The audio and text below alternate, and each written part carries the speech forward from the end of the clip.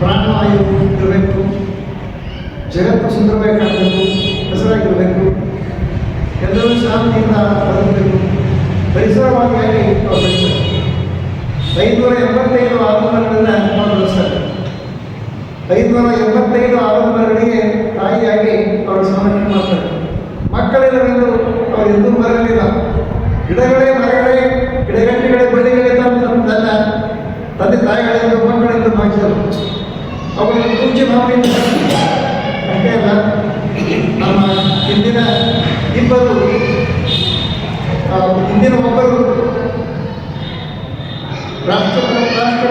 ರಾಷ್ಟ್ರಪತಿಗಳು ಇಂದಿನ ದ್ರೌಪದಿ ಮುರ್ಮು ಇವರು ಕೂಡ ಅವ್ರಿಗೆ ಭೇಟಿ ಹಾಕೋದಾಗ್ತಾರೆ. ಅವಾಗ ಅವ್ರಿಗೆ ಅನಿಸುತ್ತೆ ಆ ಹೆಣ್ಣುಗಳಿಂದ ಆಶೀರ್ವಾದ ಮಾಡಬೇಕು ಅಂತ ಅನಿಸುತ್ತೆ. ಅದು ಯಾವಾಗ ಅವ್ರ ಮನಸ್ಸಿನಲ್ಲಿ ಬಂತು, ಅವರಿಗೆ ಆಶೀರ್ವಾದ ಮಾಡ್ತಾರೆ. ಮುರ್ಮು ಅವರಿಗೆ ಆಶೀರ್ವಾದ ಮಾಡ್ತಾರೆ, ಎಲ್ಲ ಕಡೆಗೆ ನೋಡ್ತಾರೆ. ಅವಳ ಒಬ್ಬ ಸಾಕ ಮಗ ಇರ್ತಾನೆ. ಆ ಸಾಕ ಮಗನ ಬಗ್ಗೆ ಸಲುವಾಗಿ ಅವಳ ಸರ್ಕಾರವನ್ನು ಕೇಳ್ಕೊಳ್ತಾಳೆ.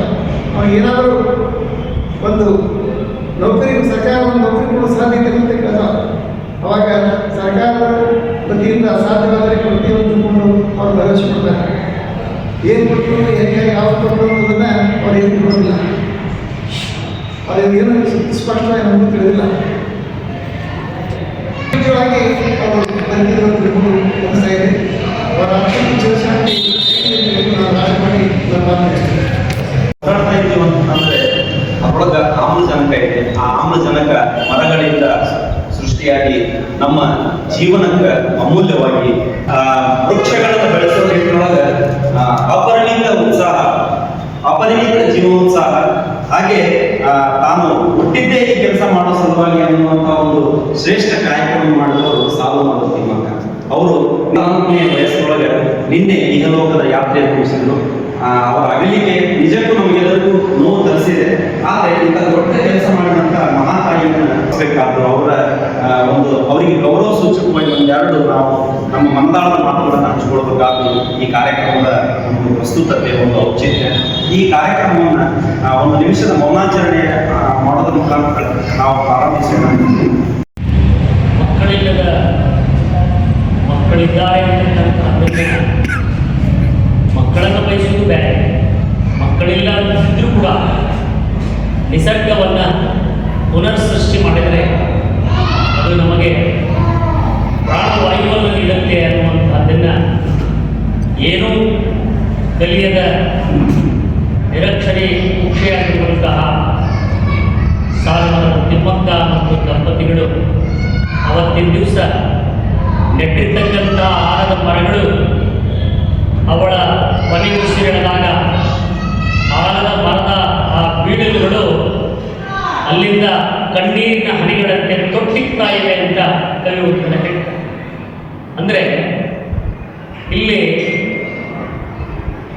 ಮನುಷ್ಯನಾಗಿ ನಾವು ಬದುಕೋದಕ್ಕಿಂತ ಮಾನವೀಯ ಮೌಲ್ಯಗಳನ್ನು ರೂಢಿಸಿಕೊಂಡು ಬದುಕೋದು ಬಹಳ ಮುಖ್ಯ ಅನ್ನೋದನ್ನು ಏನೂ ಕಲಿಯದಂತಹ ಸಾಲುಮರದ ತಿಮ್ಮಕ್ಕನಿಂದ ನಾವು ಕಲಿಯಬಹುದು.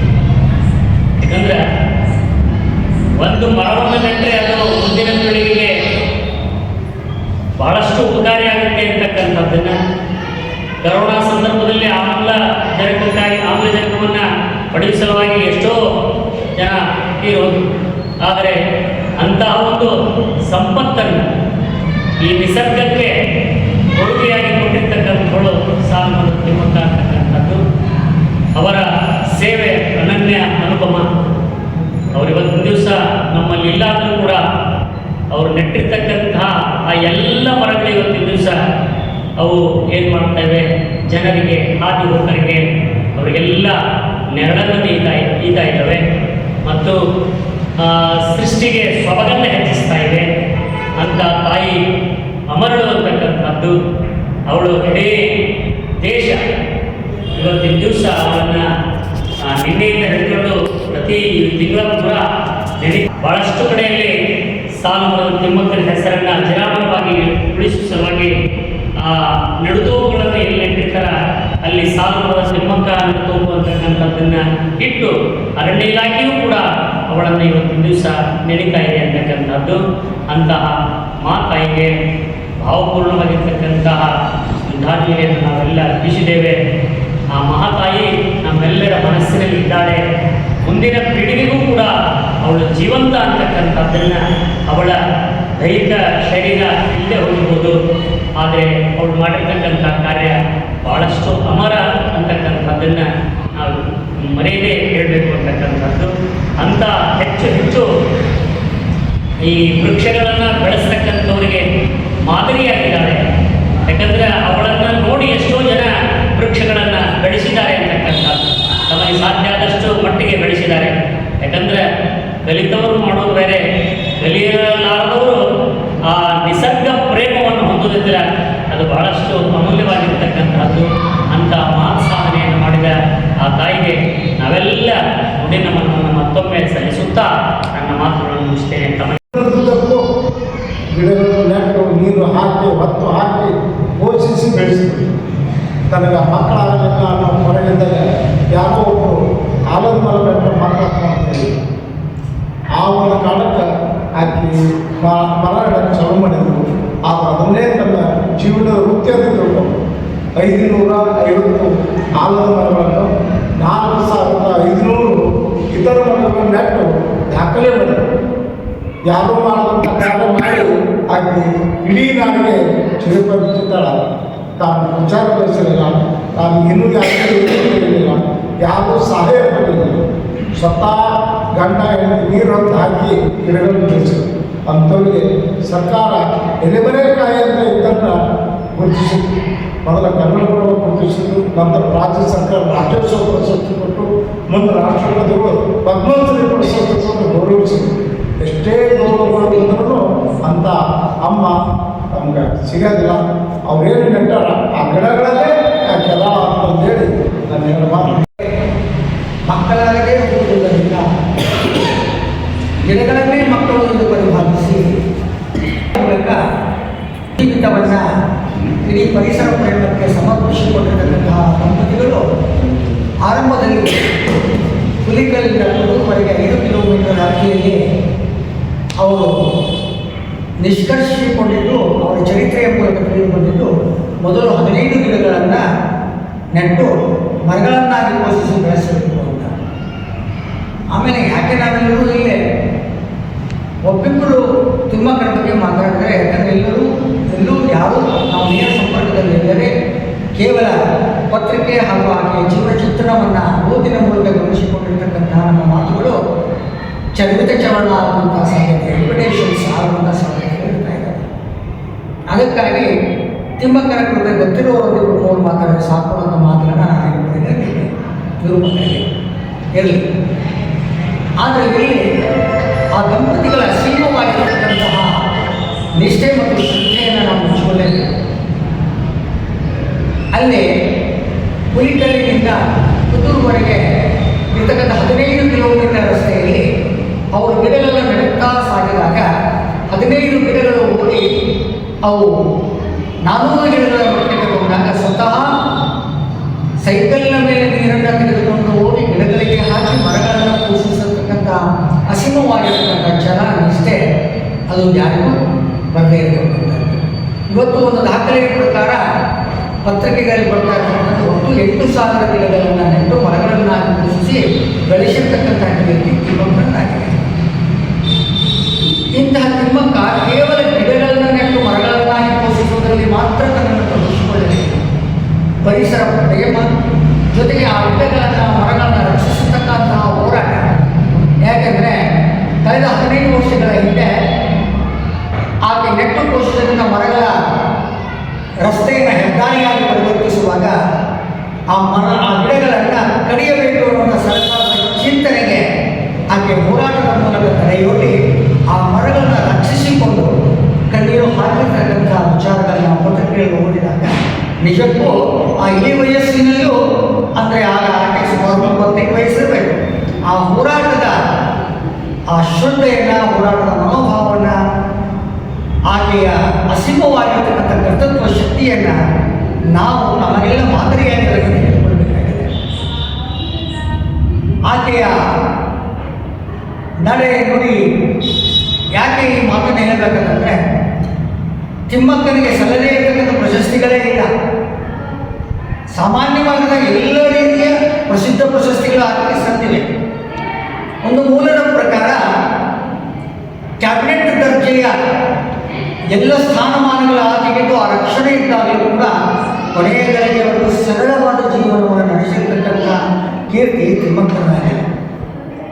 ಇಂತಹ ತಿಮ್ಮಕ್ಕ ನಿನ್ನೆ ಪಂಚಭೂತಗಳಲ್ಲಿ ಲೀನರಾಗಿ ಇವತ್ತು ಆಕೆಯ ಅಂತ್ಯಕ್ರಿಯೆ ಮಧ್ಯಾಹ್ನ ಸರ್ಕಾರ ತನ್ನ ಸಕಲ ಗೌರವ ಆಧಾರಗಳೊಂದಿಗೆ ನೆರವೇರಿಸಿ ಸುದ್ದಿ ಕೇಳಿದಾಗ ನಮ್ಮ ಕಣ್ಣುಗಳು ಹರಿಗುಡಿಲ್ಲ.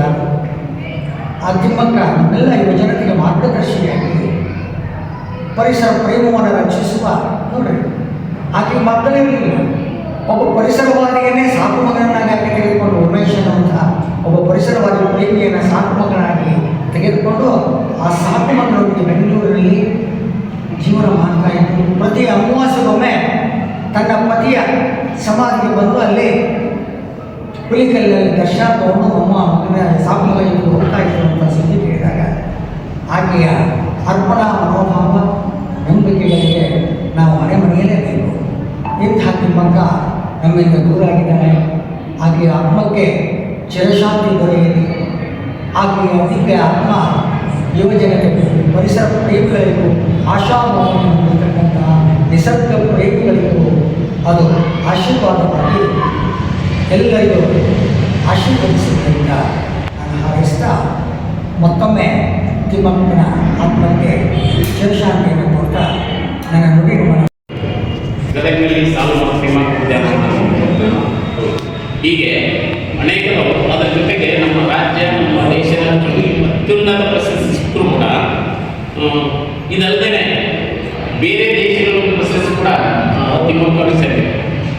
ಉದಾಹರಣೆ ಅಂದರೆ ಅಮೇರಿಕದ ಲಾಸ್ ಏಂಜಲ್ಸ್, ಆಮೇಲೆ ಓಕ್ಲ್ಯಾಂಡ್, ಕ್ಯಾಲಿಫೋರ್ನಿಯಾದಲ್ಲಿ ಸ್ಥಿರವಾಗಿರುವ ಪರಿಸರಕ್ಕಾಗಿ ಸಾಲುಮರದ ತಿಮ್ಮಕ್ಕ ಅವರ ಸಂಪನ್ಮೂಲ ಅಂತ ಒಂದು ಸಂಘಟನೆ ಪ್ರಾರಂಭ ಮಾಡಿದೆ. ಅಂದರೆ ಬೇರೆ ಬೇರೆ ದೇಶಗಳಲ್ಲೂ ಅವರ ಹೆಸರಿನಿಂದ ಪರಿಸರ ಸಂರಕ್ಷಣೆ ಮಾಡಿಸಬೇಕು ಅವರ ಹೆಸರಿನಿಂದ ಸಂಘಟನೆಯನ್ನು ತಿಮ್ಮಪ್ಪರ ಹೆಸರಿನಿಂದ ಪ್ರಾರಂಭ ಮಾಡಿದ್ದಾರೆ. ಹಾಗೆ ಅವರಿಗೆ ಸಂದಂತ ಪ್ರಶಸ್ತಿಗಳು ರಾಷ್ಟ್ರೀಯ ಪ್ರೌಢ ಪ್ರಶಸ್ತಿ 1995, ಇಂದಿರಾ ಪ್ರಿಯದರ್ಶಿನಿ ವೃಕ್ಷ ಮಿತ್ರ ಪ್ರಶಸ್ತಿ 1997, ರಾಜ್ಯೋತ್ಸವ ಪ್ರಶಸ್ತಿ, ನಾಡೋಜ ಪ್ರಶಸ್ತಿ ಹಾಗೂ 1919ರಲ್ಲಿ ಪದ್ಮಶ್ರೀ ಪ್ರಶಸ್ತಿಯನ್ನು ಅವರಿಗೆ ಕೊಡಲಾಗಿದೆ. ಹೀಗೆ ಸುಮಾರು ಅಂದರೆ ನಮ್ಮ ದೇಶ ಅಷ್ಟೇ ಅಲ್ಲೂ ಕೂಡ ಇವತ್ತು ನಮ್ಗೆ ಅನೇಕ ಸಲ ನಾವು ಏನು ಮಾಡ್ತೀವಿ ಅಂದರೆ ಇನ್ನು ಮುಂದಿನ ದಿನಗಳಲ್ಲಿ ಆಕ್ಸಿಜನ್ ಕೂಡ ನಾವು ರೊಕ್ಕ ಕೊಟ್ಟು ಖರೀದಿ ಮಾಡಬೇಕು ಅನ್ನೋಂಥ ಪರಿಸ್ಥಿತಿ ಆಗ್ತೀವಿ. ಮರಗಳೇ ಇಲ್ಲ ಅಂತಂದ್ರೆ ನಮ್ಗೆ ಆಕ್ಸಿಜನ್ ಇಲ್ಲ. ಹಾಗಾಗಿ ನಾವು ಗ್ಯಾಸ್ ಸಿಲಿಂಡರ್ ಹೆಂಗೆ ತಿಳ್ಕೊತೀವೋ ಹಂಗೆ ಬೆಡ್ಡಿಗೆ ಒಂದು ಸಿಲಿಂಡರ್ ಹಾಕೊಂಡು ಆಕ್ಸಿಜನ್ ಉಸಿರಾಡುವಂಥ ಪರಿಸ್ಥಿತಿ ಬರ್ತಿದೆ. ಆ ಕಾರಣಕ್ಕಾಗಿ ಇವತ್ತು ನಮಗೆಲ್ಲರಿಗೂ ಶ್ರೇಷ್ಠ ಅನ್ನೋದು ಯಾರು ಅಂದರೆ ತಿಮ್ಮಕ್ಕ ಅಂತ ನಾವು ನೆನೆಸ್ಕೊಳ್ಬೇಕು.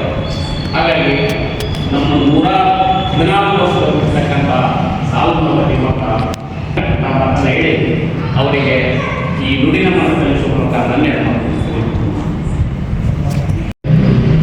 ಸ್ಮರಣಾರ್ಥ ನುಡಿನಮನ ಕಾರ್ಯಕ್ರಮ ಎಲ್ಲರೂ ಕೂಡ ಉಪಸ್ಥಿತರಿದ್ದರು. ಕನ್ನಡ ಸಾಹಿತ್ಯ ಪರಿಷತ್ ತಾಲೂಕು ಘಟಕ ಇಟ್ಟರು ಹಾಗೂ ಸ್ನೇಹನಗರ ಹವ್ಯಾಸಿ ಕಲಾ ಸಂಸ್ಥೆ ಇಟ್ಟರು ಹಾಗೂ ಎಲ್ಲ ಸಹೃದಯರು, ಸನ್ಮಿತ್ರರು ಹಾಗೆ ಸಮಾನ ಮನಸ್ಸರೆಲ್ಲರೂ ಕೂಡ ಇಲ್ಲಿ ಸೇರಿ ಆ ಮಹಾತಾಯಿಗೆ ನುಡಿನಮನ ಸಲ್ಲಿಸೋದಕ್ಕೆ ಎಲ್ಲರಿಗೂ ಪರಿಷತ್